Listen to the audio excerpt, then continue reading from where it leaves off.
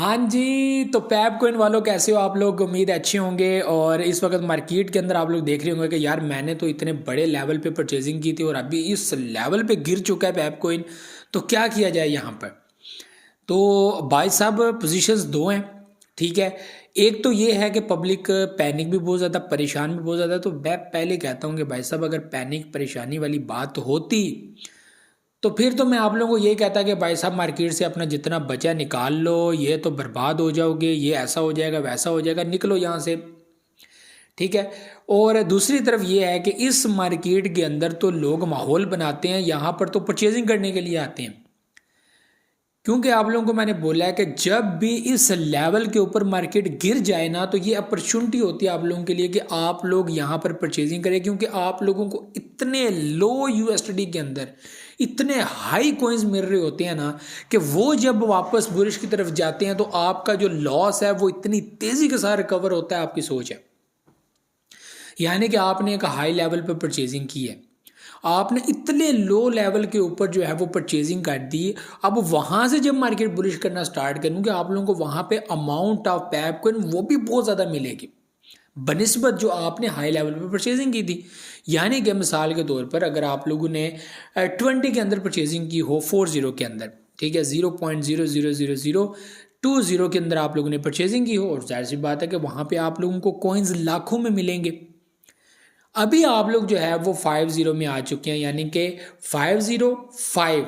तो यहां पर आप लोगों को $10 के 1 मिलियन से भी ऊपर कॉइन मिलेंगे, ठीक है, 1 मिलियन से भी ऊपर कॉइन मिलेंगे। तो यहां पर क्या होगा कि जब यहां पे आप लोगों ने $50 लगाए होंगे और 20 के अंदर आपने $50 जो लगाए होंगे, तो जमीन आसमान का फर्क है, ठीक है भाई साहब, जमीन आसमान का। यहां से आपका बुलिश आपको इंतहाई जल्दी रिकवरी में लेकर आएगा, ठीक है। आपको समझ में नहीं आएगी कि आप लोगों ने जो 20 के अंदर परचेजिंग होती, मैं अभी इतने प्रॉफिट में कैसे आ गया।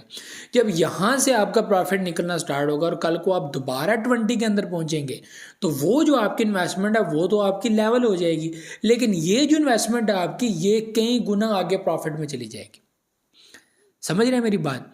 यानी कि यहाँ से आप अपनी अकाउंट लगाना शुरू करेंगे। मैंने यहाँ पे $50 इन्वेस्टमेंट की थी, अब वो मेरा $50 20 पे आके कितना हो चुका है, और यहाँ पर जो पहले $50 थे वो भी साथ ऐड कर लें, और यहाँ पे आपकी रिकवरी होगी।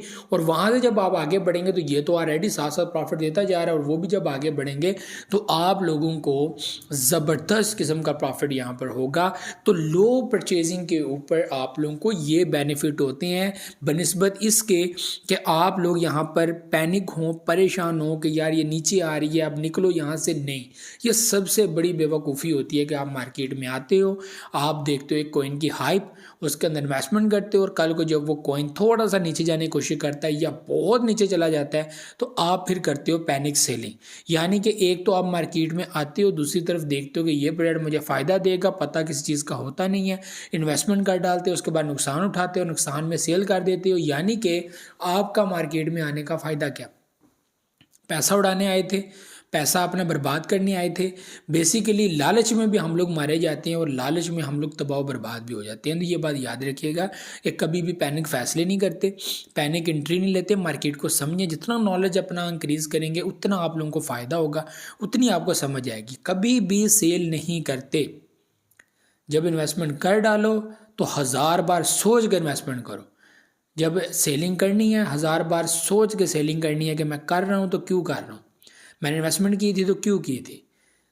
आपको पता हो कि आप लोग क्यों इस तरह की जज्बाती फैसले लेते हो, आपको समझ नहीं है, आपको आपके क्या आपका दिमाग कहाँ पे होता है, ठीक है।